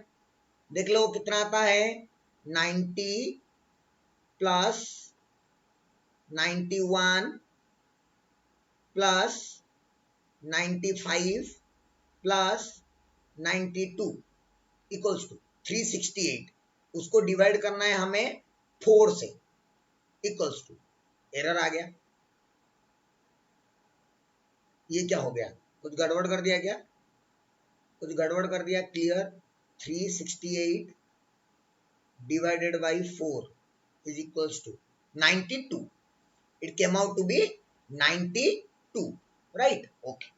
तो मतलब मेरा इसका जो आंसर आया टी मीन का वैल्यू कितना आ गया, 92 सेकेंड्स आ गया। इसको राउंड ऑफ कुछ करने की जरूरत ही नहीं है, इसको राउंड ऑफ कुछ करने की जरूरत नहीं। एक्चुअली तो मैं अगर जेईई मेंस में मैं बैठा होता ना तो मैं ये सॉल्व करता ही नहीं, क्यों, क्योंकि मैं ऑप्शन में देख रहा हूं, सारे ऑप्शन में 92 92 है, देख सारे ऑप्शन में 92 92 92 सारे ऑप्शन में है ना, सारे ऑप्शन में 92 दिया हुआ है तो मुझे पता है कि पहले से ही टी मीन 92 आएगा, बट मैं तुम्हारे कन्वीनियंस के लिए कैलकुलेट करके देखा, बट दिमाग कैसे लगाना है वो भी मैं साथ साथ सिखा रहा हूँ। टी मीन आ गया, अब मुझे क्या चाहिए, अब मुझे चाहिए डेल्टा टी मीन। तो डेल्टा टी मीन कैसे आएगा, delta T mean, mean absolute error कैसे आएगा ना, सबको इंडिविजुअली करूं देख, 92 माइनस 90, 92 माइनस 90 तो कितना आ जाएगा 2, प्लस 92 माइनस 91 आ जाएगा 1, प्लस 92 माइनस 95 आएगा -3, बट हमें मोड लेना है तो +3, प्लस 92 माइनस 92 0 डिवाइडेड बाई 4, तो 3 2 5 1 6, 6/4 हो गया। 6/4 मतलब कितना आएगा इसका वैल्यू ना, ये आंसर हो जाएगा 2 3 जा 2 2 जा 3/2, तो आंसर आया 1.5 सेकेंड।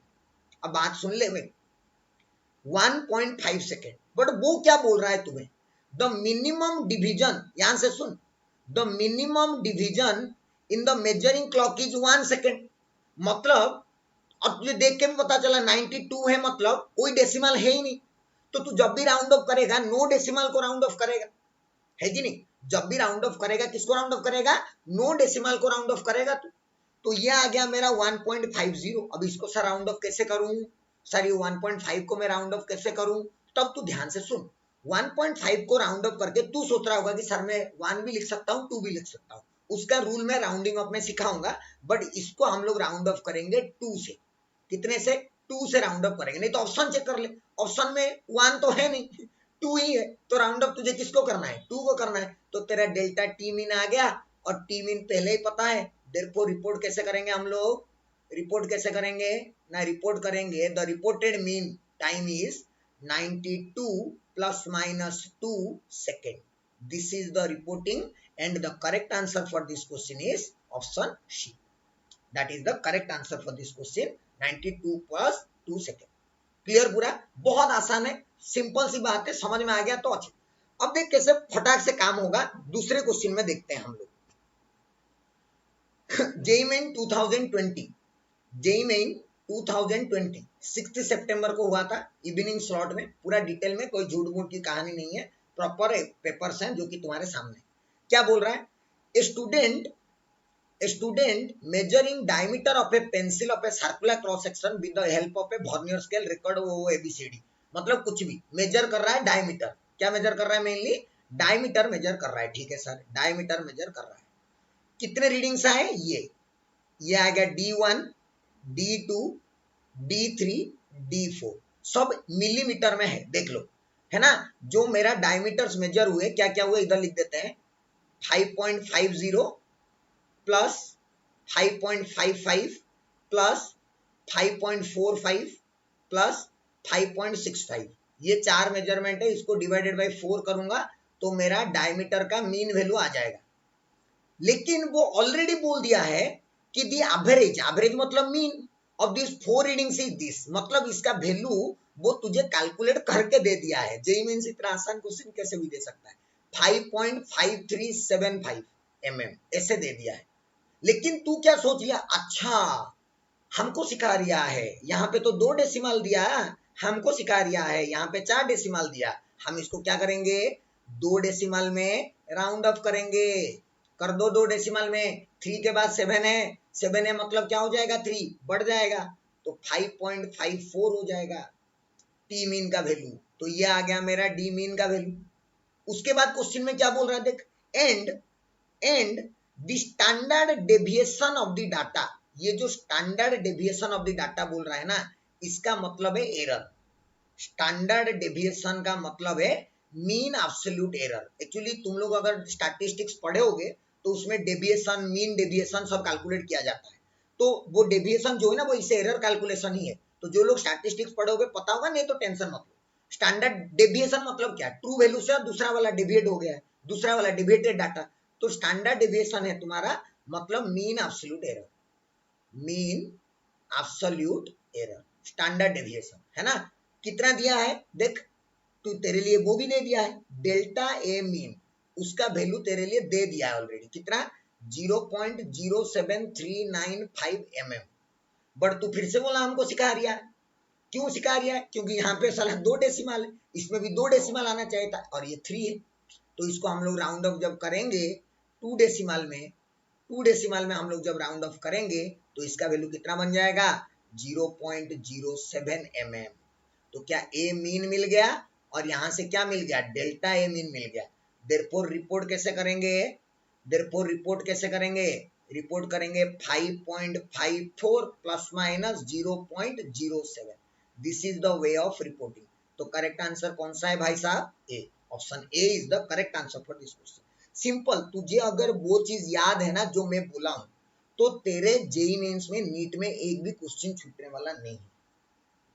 शायद ही ऐसा कभी होगा कि नहीं बोला गया कॉन्सेप्ट तुम्हें पूछ ले, शायद ही कभी ऐसा होता है। जेईई एडवांस में कभी कभी हो भी सकता है, बट मोस्टली 98% 97% क्वेश्चन जो है वो बोले गए सवाल ही आएंगे, जो कि तुम्हारे सामने में एग्जाम्पल करके दिखा रहा हूं। दोनों जेईई मेंस के एग्जाम्पल आपको शायद बहुत अच्छे से समझ में आ गया। ठीक है, तो मूविंग ऑन, नेक्स्ट टॉपिक हम लोग पढ़ेंगे कॉम्बिनेशन ऑफ एरर्स, या फिर कोई कोई बुक में इसको प्रोपागेशन ऑफ एरर्स भी लिखते हैं। क्या लिखते हैं, प्रोपागेशन ऑफ एरर्स, ऐसा भी लिखा जाता है। ठीक है, प्रोपागेशन ऑफ एरर्स, ध्यान से समझे, इसी से सबसे ज्यादा क्वेश्चंस बनते हैं। इस टॉपिक से, एरर के इस टॉपिक से सबसे ज्यादा नंबर ऑफ क्वेश्चंस बनते हैं नीट में, खास करके नीट में। जेईई मेन में भी बहुत बनते हैं, है ना। सबसे पहला चीज है addition and subtraction, addition and subtraction, addition and subtraction. थोड़ा सा इसका डेरिवेशन करवा देता हूं, ताकि एनसीईआरटी जब देखोगे तो तुम्हें एनसीईआरटी में देख के थोड़ा अच्छा लगे। एनसीईआरटी वाले डेरिवेशन करवा रहा हूं, है ना। सपोज कोई क्वांटिटी है ए, जो जिसको हम लोग रिप्रेजेंट करते हैं ए प्लस माइनस डेल्टा ए, ये कोई क्वांटिटी है, उसको इस तरह से रिप्रेजेंट किया गया है।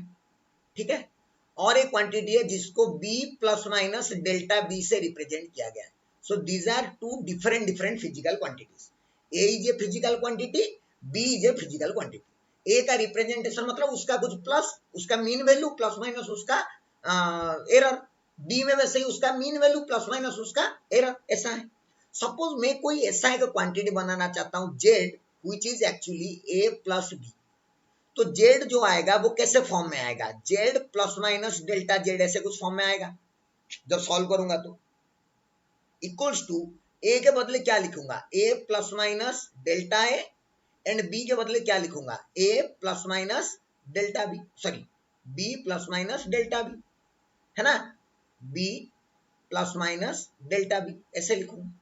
अब इनको ऐड कर दो, तो ये हो गया Z plus minus delta Z equals to, इधर देखो, ये ए और बी को एक कर दो तो ए प्लस बी बन जाएंगे, और प्लस इधर रख दो, प्लस माइनस कॉमन निकाल दोगे तो इधर आएगा delta A plus delta B. Plus minus common निकाल दिया, डेल्टा ए से भी प्लस माइनस कॉमन निकाल दिया, डेल्टा बी से भी प्लस माइनस कॉमन निकाल दिया, तो ऐसे बन गया। तो ये जो जेड है, देयरफॉर हमें जब भी दो चीजों को ऐड करेंगे तो ये देखो, ये जेड जो है ये तो ए बी प्लस बी के साथ समान हो गया। बाकी जो ये डेल्टा जेड बना वो कैसे आया, delta A plus delta B. मतलब ड्यूरिंग एडिशन मैं ऐसे लिख सकता हूं कि during addition the absolute error in the result is equal to sum of absolute errors in the individual quantity, कुछ समझ में आया क्या बताया मैंने, एग्जाम्पल करके बताऊंगा तब मजा आएगा। बट याद रख कि एडिशन जब करना है तो जिसको जिसको ऐड कर रहा है उन सबको उनका ट्रू वैल्यू को ऐड करेगा तो टोटल का ट्रू वैल्यू आ जाएगा। जैसे जेड एक क्वांटिटी है ना जो कि ए और बी को ऐड करके आएगा, तो जे का जो ट्रू वैल्यू है वो कैसे आ जाएगा, दोनों का ट्रू वैल्यू को ऐड करके। और जेड में जो एरर है वो एरर कैसे आएगा, दोनों का एब्सोल्यूट एरर को ऐड करके आ जाएगा। सिंपल सी बात है। ठीक है, ये हो गया एडिशन के केस में। उसी तरह सब्सट्रैक्शन के केस में थोड़ा सा देख लो, तुम्हें उसमें भी फील आ जाएगा। सपोज ये एडिशन वाला डेरिवेशन है, ये सब्सट्रैक्शन वाला डेरिवेशन है। अगर जेड इक्वल्स टू मुझे ए माइनस बी करना है तो मैं क्या करूंगा, जेड को कैसे रिप्रेजेंट करूंगा, जेड को रिप्रेजेंट करूंगा Z plus minus delta Z से। इक्वल्स टू ए के बदले लिखूंगा A plus minus delta A, और इससे लिखूंगा माइनस बी के बदले B plus minus delta B, ऐसे लिख दिया। अब इसमें देखो क्या हो जाएगा ना, ये हो जाएगा Z plus minus delta Z, ये ए और माइनस बी अंदर जाएगा तो ए माइनस बी हो जाएगा, और इधर बचा डेल्टा ए और इधर बचा डेल्टा बी। ठीक, अब प्लस माइनस लिखूं या माइनस प्लस लिखूं, क्या फर्क पड़ता है? मैं प्लस माइनस लिखूं या माइनस प्लस लिखूं, क्या फर्क पड़ता है? कुछ नहीं, दोनों ही तो रखना है मुझे। तो मैं यहाँ पे क्या लिख दिया, प्लस माइनस कॉमन निकाल दिया, delta A plus delta B. मतलब यहां पे तुझे अगर जेड फाइंड करना है तो तू ए माइनस बी ही करके पाएगा, बट एरर जो है ना वो दोनों को प्लस करके मिलेगा। मतलब दो क्वांटिटी को अगर माइनस भी करना है तो उनका एरर को प्लस करना पड़ेगा, ये मेरा रूल कहता है। तो यहां पे मैं क्या लिख सकता हूं ना, ड्यूरिंग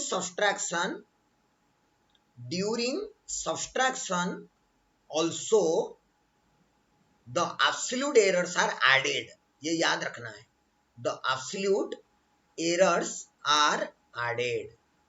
थोड़ा फील आएगा जब एग्जाम्पल करके बताऊंगा, है ना, एग्जाम्पल करके बताऊंगा, बिल्कुल परेशान मत। दो चीजें समझना है, क्या, एडिशन करते टाइम भी एब्सोल्यूट एरर को ऐड करना है, सब्सट्रैक्शन करते टाइम भी एब्सोल्यूट एरर को ऐड करना है। ये डेरिवेशन तुम्हें याद रखने की इतना कोई जरूरत नहीं है, बट बिकॉज की ये सब एनसीईआरटी में गिवन है इसीलिए मैं थोड़ा थोड़ा बता दिया, ताकि तुम कभी एनसीईआरटी पढ़ो तो कंफ्यूज ना हो ये क्या दे दिया अंदर में, इसीलिए मैं बता दिया। तुम्हें याद क्या रखना है, during addition absolute errors are added, during subtraction also absolute errors are added. Example से आई थिंक सबको ज्यादा क्लैरिटी आएगा। देखते हैं एक एग्जाम्पल। सपोज बोला कि द टेम्परेचर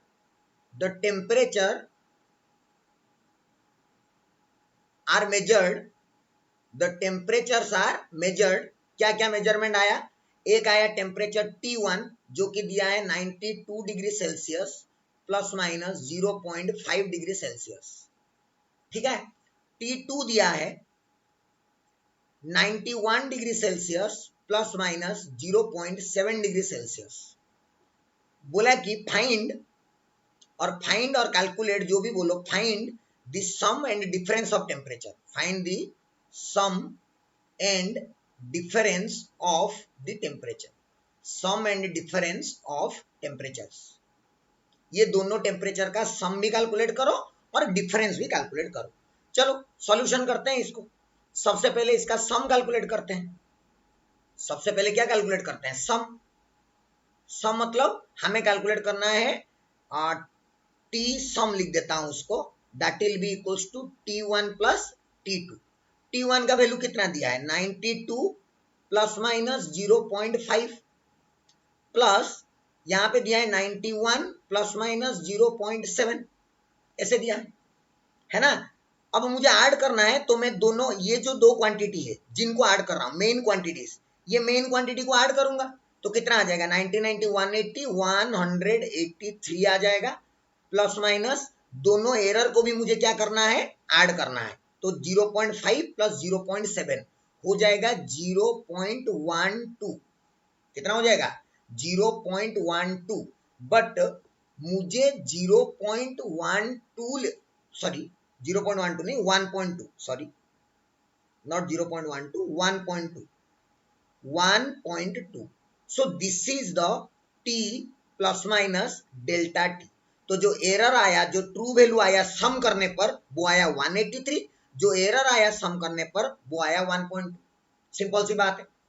अब अगर इनका डिफरेंस कैलकुलेट करें हम लोग, यहीं पे कैलकुलेट करते हैं डिफरेंस, तब पता चलेगा ना तुम्हें कि कैसा हो रहा है डिफरेंस। देखो डिफरेंस मतलब सपोज हम लोग कैलकुलेट कर रहे हैं T difference equals to T1 minus T2, T1 से T2 को माइनस कर रहे हैं तो क्या लिखूंगा, तो T डिफरेंस इक्वल्स टू, है ना, T डिफरेंस इक्वल्स टू, देखो T1, what is T1 92 plus minus 0.5 minus 91 plus minus 0.7।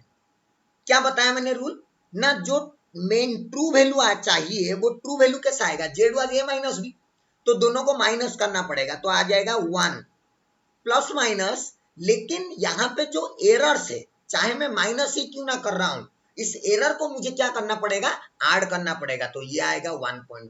So this is the T plus minus delta T, जो कि 1 प्लस माइनस 1.2 आएगा। तो ये वो एग्जाम्पल है जो तुम्हें बताता है कि टेम्परेचर, मतलब कोई भी दो क्वांटिटी को सम करो तो भी उसके एरर को ऐड करने हैं, दो क्वांटिटी को माइनस करो तो भी उनके एरर को ऐड करने हैं। ये उसका एक छोटा सा एग्जांपल, एनसीईआरटी में एग्जांपल 2.7 भी दिया हुआ है, सेम टू सेम आपको मिलेगा, टेंशन मत लो, मैं बता दूंगा लास्ट में। तो एडिशन सब्सट्रैक्शन के बाद अब हम लोग पढ़ेंगे in case of multiplication and division. Multiplication and division, multiplication and division. Suppose ऐसा कभी दे दिया कि z equals to a into B multiplication में, या तो z equals to a by B, ऐसे डिवाइड करके दे देगा, है ना। तो हम लोग क्या करेंगे ना, इसमें हमें एक चीज याद रखना पड़ेगा जो कि स्टार मार्क है हमारा, क्या ना, इन case of multiplication and division, in case of multiplication and division, both multiplication and division, sorry difference लिख रहा था, multiplication and division, the relative error और परसेंटेज एरर एक ही बात है ना, दोनों तो एक ही चीज, 100 मल्टीप्लाई कर दो। द रिलेटिव एरर और percentage error in the result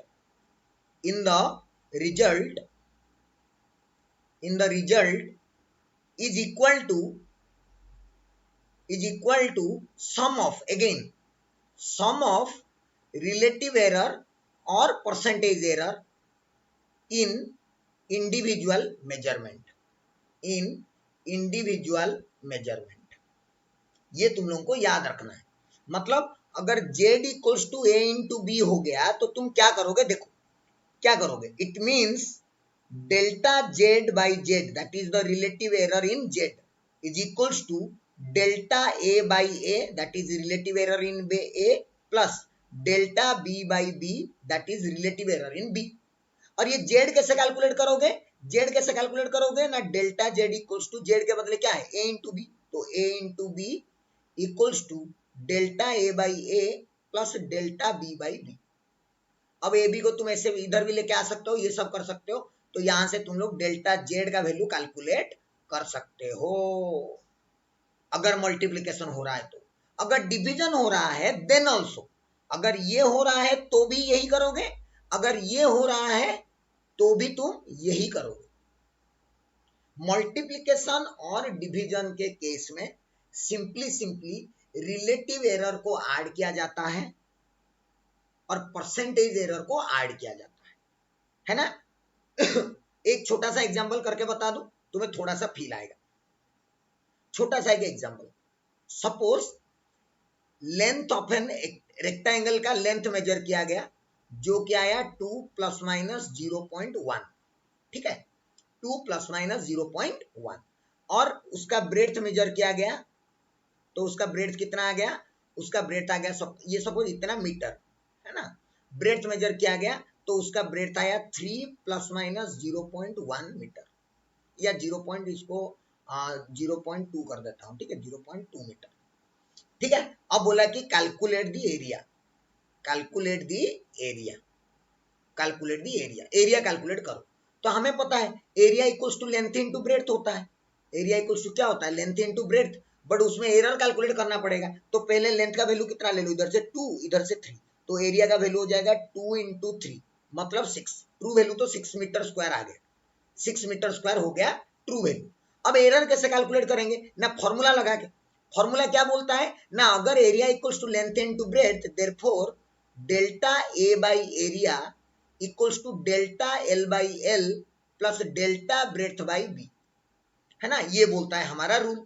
तो फॉर्मूला ये बोलता है, तो देख लो डेल्टा ए हमें नहीं पता, तो डेल्टा ए को डेल्टा ए रखो, ए का वैल्यू तो कैलकुलेट कर दिए 6 equals to delta L 0.1 by 2 plus delta B 0.2 by 3, इसको इधर मल्टीप्लाई कर दो तो डेल्टा ए का जो वैल्यू आ जाएगा वो आ जाएगा, ये 3 से कैंसिल होकर 0.3 प्लस ये 2 से कैंसिल होकर 0.4, ये आ गया डेल्टा ए का वैल्यू कितना आ गया 0.7।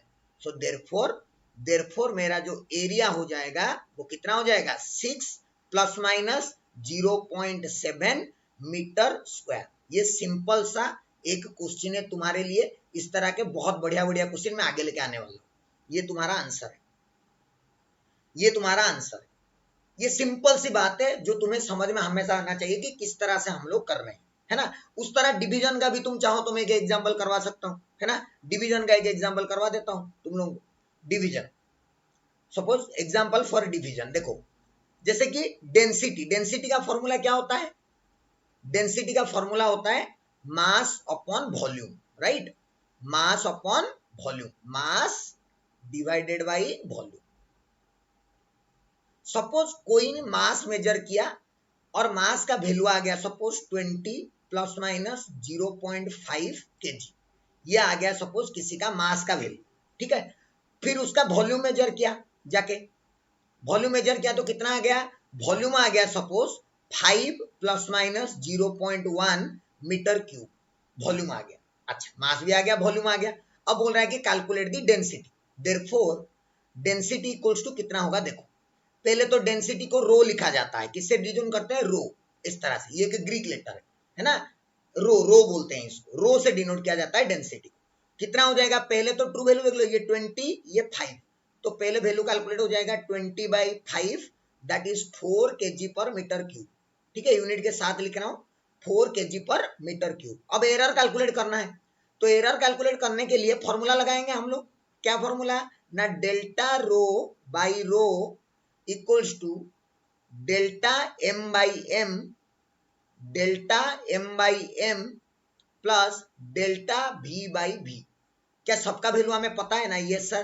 तो क्या हो जाएगा? देख, delta rho by 4 equals to delta M 0.5/20 plus delta V 0.1/5। 4 को इधर लाके मल्टीप्लाई कर दो तो ये तुम्हारा आंसर आ जाएगा, जो भी आएगा that is your delta rho, है ना। ये हो जाएगा 0.1 प्लस ये हो जाएगा 0.4/5।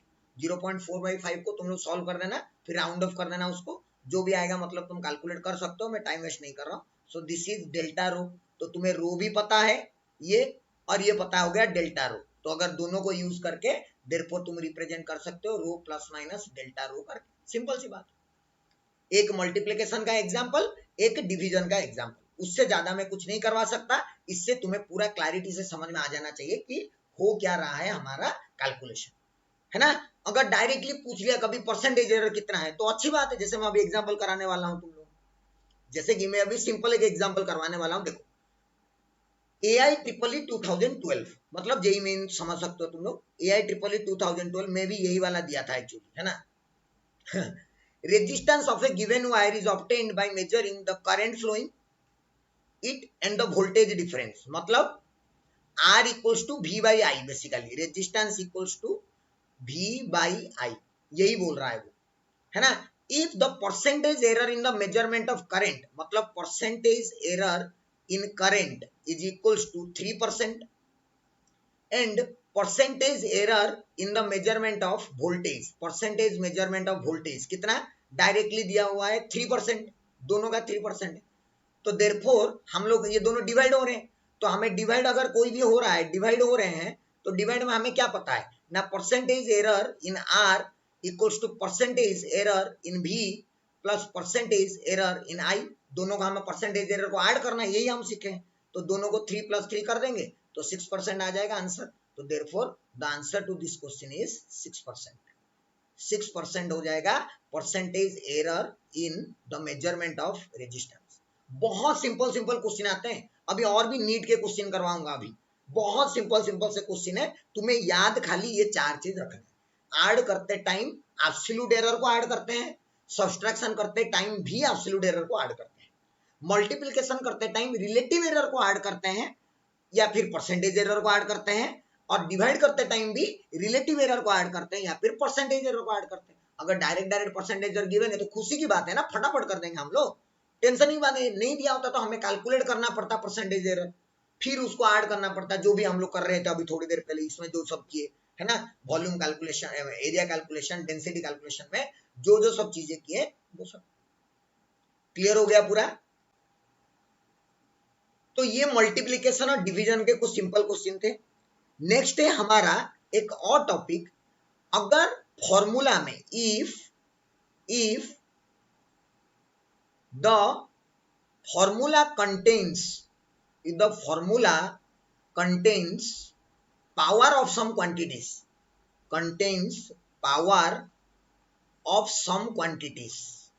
कुछ क्वांटिटी का अगर पावर भी गिवन हो, जैसे कि एग्जांपल बताता हूं, सुन लो। Formula contains power of some quantities, जैसे कि example suppose Z equals to दे दिया a to the power p into B to the power q divided by r to the power c, या फिर c to the power r, जो भी लिखो एक ही बात है, c to the power r। ऐसा एक फॉर्मूला बन रहा है। कुछ भी फॉर्मूला बन सकता है ना, अलग अलग क्वांटिटी के अंदर पावर कुछ भी आ सकता है। तब क्या करेंगे, तब हम लोग क्या लिखेंगे ना, रिलेटिव एरर या फिर परसेंटेज एरर इन जेड, है ना। ये हो गया relative error in Z equals to power कितना है p into relative error in A, plus इसका पावर कितना है q into relative error in B, plus इसका पावर कितना है r, तो r into relative error in C. This is the formula. अगर हमें कोई भी क्वांटिटी पावर में गिवन है, तो कोई भी फॉर्मूला गिवन है जो कि पावर में है, तो ये हो गया रिलेटिव एरर्स। अगर तुम्हें कभी परसेंटेज एरर गिवन है ना, तो simply percentage error in Z, this is percentage error in Z equals to p into percentage error in A plus q into percentage error in B plus r into percentage error in C. Simply power को उसके percentage error से multiply कर दो और तुम्हारा total percentage error आ जाएगा। ये सबसे इंपॉर्टेंट, और इसके ऊपर भर भर के नीट में क्वेश्चन पूछा गया है। अभी मैं करके बताऊंगा, तुम्हें समझ में आ जाएगा। देख लो एक छोटा सा एग्जांपल, नीट 2019 क्या दिया है, देख। ए क्वांटिटी है, ए बी सी और डी, चार क्वांटिटी है। ए में कितना परसेंटेज एरर है, ए में परसेंटेज एरर इन ए कितना गिवन है 1%, परसेंटेज एरर इन बी कितना गिवन है 2%, परसेंटेज एरर इन सी कितना गिवन है 3%, and percentage error in D कितना गिवन है 4%। सबका परसेंटेज एरर गिवन है और फॉर्मूला नीचे गिवन है, एक्स का फॉर्मूला गिवन है, X equals to A square B to the power half by C to the power 1/3 into D Q. तुम्हें क्या पूछ रहा है, what is the maximum percentage error in the measurement of Z X. मतलब तुम्हें पूछ रहा है percentage error in X, percentage error in X. अभी तो सिखाया था, क्या सिखाया ना, अगर कोई भी क्वांटिटी का फॉर्मूला गिवन है और परसेंटेज एरर कैलकुलेट करना है, देख क्या लिखा है, तो पावर को उसका परसेंटेज एरर से मल्टीप्लाई करो। तो अभी देख ए का पावर कितना है 2, तो 2 इंटू ए में परसेंटेज एरर कितना है 1%, तो इंटू 1 प्लस बी का पावर कितना है हाफ इंटू बी में परसेंटेज एरर कितना है 2%, तो इंटू 2 प्लस सी का पावर कितना है 1/3 इंटू सी में परसेंटेज एरर कितना है 3%, तो 3 प्लस डी का पावर 3, तो 3 इंटू डी में परसेंटेज एरर कितना है 4, तो 3 इंटू 4। तो टोटल कितना आ गया, टोटल कितना आ गया देख लो, टोटल आ गया इसका 2 + 1 + 1 2 to 4 4 + 12 16%। तो therefore percentage error in x is equals to 16%. So the correct answer for this question is option number C. very simple, very easy। अगर तुम्हें याद है तो, अगर याद नहीं है तब तुम इसको कभी भी सॉल्व नहीं कर सकते। सिंपल याद होना चाहिए कि पावर दिखे मतलब मल्टीप्लाई करो, कहानी खत्म करो, उसको परसेंटेज एरर को ऐड करो। क्लियर हो गया सबको, नीट 2019 का क्वेश्चन है। नेक्स्ट नीट के फिर से दो क्वेश्चन लेके आया हूं, फटाफट सॉल्व कर देंगे इसको, 1 मिनट में आंसर आ जाएगा। क्या बोला, इन द एक्सपेरिमेंट एबीसी को मेजर किया गया 1 2 3 4, फिर से वो एक बात दे दिया है लेकिन फॉर्मूला खाली अलग कर दिया है। अभी तो मैं डायरेक्टली लिख देता हूं, percentage error in P equals to 3 times percentage error in A plus 2 times percentage error in B plus 1 time percentage error in C plus 1 time percentage error in D, जो जो दिया है वही लिख दिया। अब सिंपली इसका वैल्यू 3 इंटू 1 3 आ जाएगा, प्लस ये 2 इंटू 2 4 आ जाएगा, प्लस ये दोनों 3 एंड 4 आ जाएगा, 3 प्लस 4, तो 3 प्लस 4 7 प्लस 7 कितना हो गया 14%।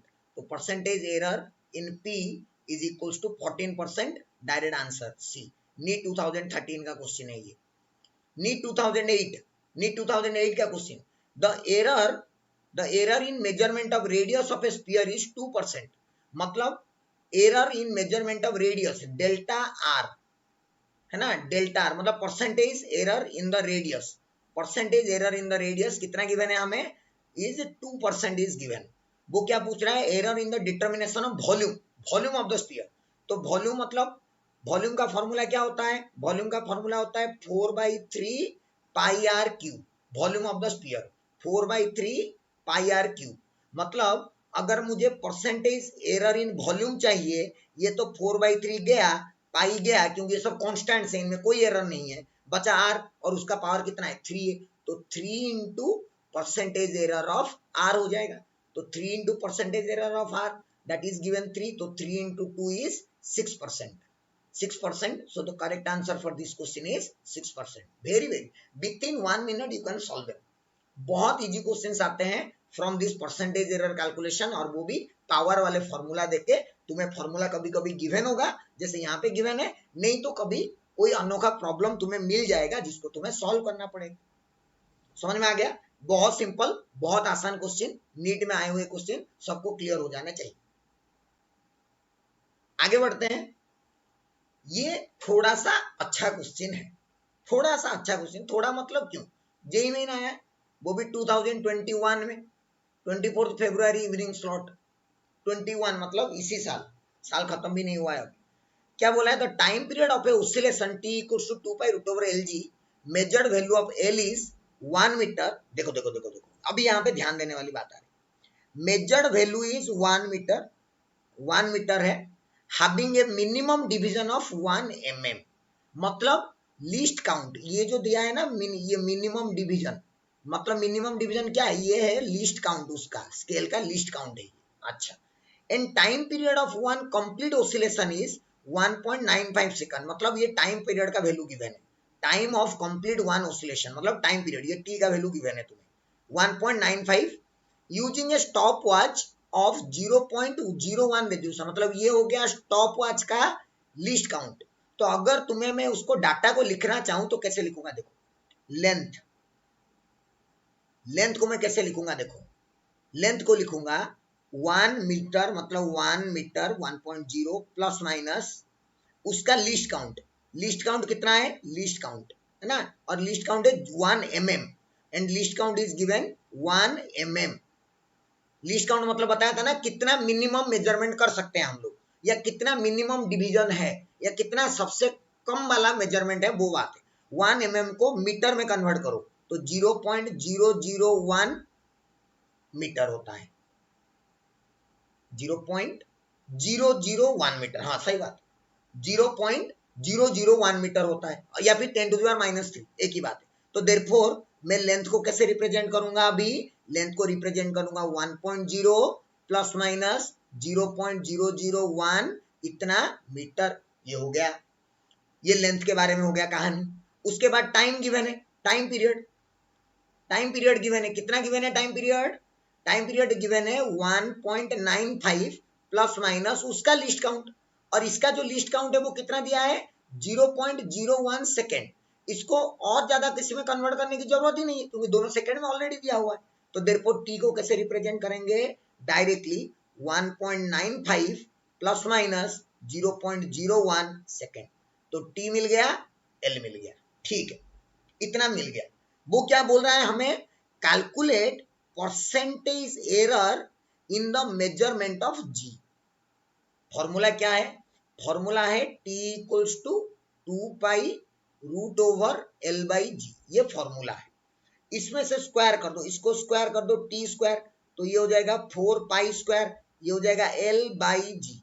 मुझे क्या चाहिए, जी चाहिए, तो this implies G equals to कितना 4 pi square L by T square.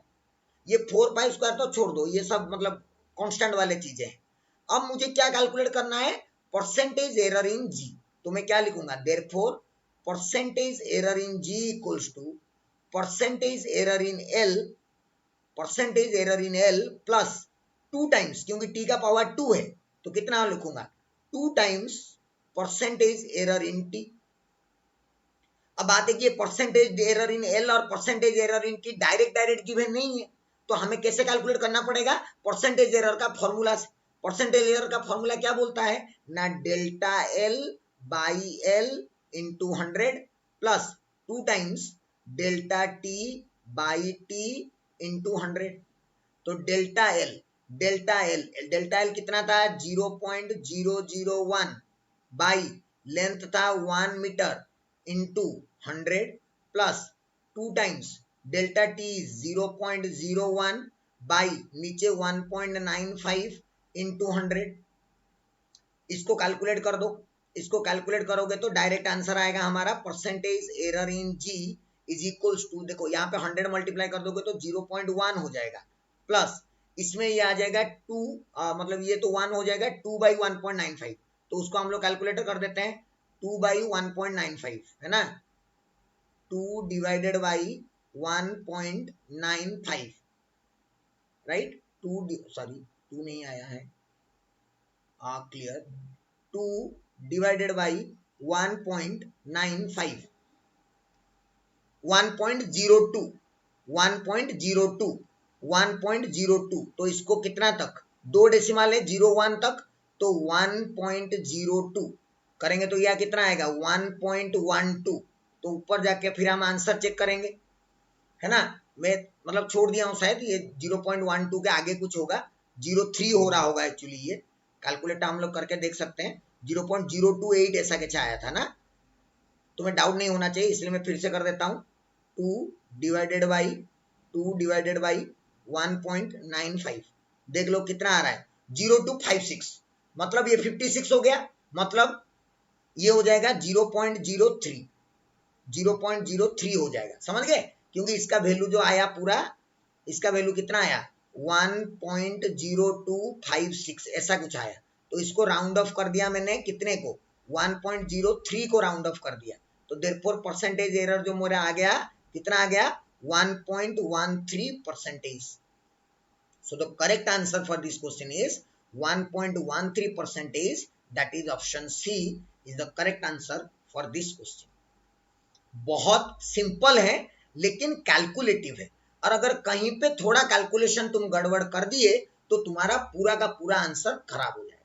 है इजी, फॉर्मूला सबको पता है, और यहाँ पे तो फॉर्मूला तुम्हें ऑलरेडी गिवन भी है, तो टेंशन लेने की बात ही नहीं थी, फॉर्मूला गिवन भी है तुम्हें कि t equals to 2 pi root over L by G, तो जी में एरर निकालो, तो जी का फॉर्मूला बना दो, उस फॉर्मूले में किसका कितना पावर है वो देखो, फिर उसमें परसेंटेज एरर कैलकुलेट करो, समझ गया। और यहाँ पे कॉन्सेप्ट ये क्या था कि जब कोई एरर गिवन ना हो तो हम लोग कौन सा एरर को लिखते हैं, लीस्ट काउंट एरर को लिखते हैं, ये यहाँ का कॉन्सेप्ट था। यहाँ पे समझने वाला कॉन्सेप्ट क्या था, when no error is given, when no error is given we use the least count error, ये याद रख लो, एरर अगर कभी पता नहीं है तो लीस्ट काउंट जो दिया है वो ही उसका एरर है, अगर दिया भी नहीं है ना तो भी तुम्हें लिस्ट काउंट एरर लेना पड़ेगा, है ना, कैसे लेना है वो मैं सिखा दिया था तुम्हें कि लिस्ट काउंट एरर कैसे लेते हैं, है ना, ले लेना फिर आंसर आ जाएगा फटाक से, कोई टेंशन की बात नहीं। क्वेश्चन देख के डर लग सकता है बट क्वेश्चन के अंदर डरने वाली कोई बात नहीं, क्लियर पूरा। चलो उसके बाद थोड़ा आगे बढ़ते हैं, ये एक स्पेशल प्रॉब्लम है और इसके लिए तुम्हें थोड़ा स्पेशल अटेंशन देना पड़ेगा, स्पेशल है, क्या बोल रहा है, दो रेजिस्टेंस है, दो रेजिस्टेंस, तुम लोग क्लास 10 में रेजिस्टेंस के बारे में पक्का सुने होंगे, दो रेजिस्टेंस है, एक है R1 जिसका वैल्यू है 100 प्लस माइनस 3, और एक वैल्यू है रेजिस्टेंस R2 जो कि है 200 प्लस माइनस 4, है ना, 200 प्लस माइनस 4 ऐसे दिया हुआ है, उनको सीरीज में कनेक्शन भी किया गया है एक बार, जिसका वैल्यू है हमारा क्या होता है ना, R इक्विवेलेंट इक्वल्स टू क्या होता है R1 प्लस R2, तो कोई दिक्कत की बात नहीं है, कोई दिक्कत की बात ही नहीं, अगर सीरीज में प्लस हो रहा है ना दो, तो प्लस हो रहा है तो हम लोग लिख देंगे, क्या लिख देंगे 100 plus minus 3 plus 200 plus minus 4। हमें पता है कि जब भी दो चीज को ऐड करते हैं तो उसको सिंपली तो ऐड करते ही है। 300 प्लस माइनस एरर को भी ऐड कर देते हैं तो 7 आ जाएगा। तो 30 plus minus 7 ohm. This is the, ये सब ओम में गिवन है ना, ओम का सिंबल ऐसा होता है, तुम्हें पता ही होगा पहले से। तो सीरीज कनेक्शन में आर इक्विवेलेंट का वैल्यू हम लोग निकाल दिए। ये हमारा आंसर है फॉर सीरीज कॉम्बिनेशन। पार्लेल में एक्चुअली सारा प्रॉब्लम होता है पार्लेल में। सारा प्रॉब्लम किसमें होता है? पार्लेल में होता है सारे प्रॉब्लम्स। क्योंकि पार्लेल के लिए फॉर्मूला थोड़ा अलग है ना। पार्लेल के लिए फॉर्मूला थोड़ा सा अलग है।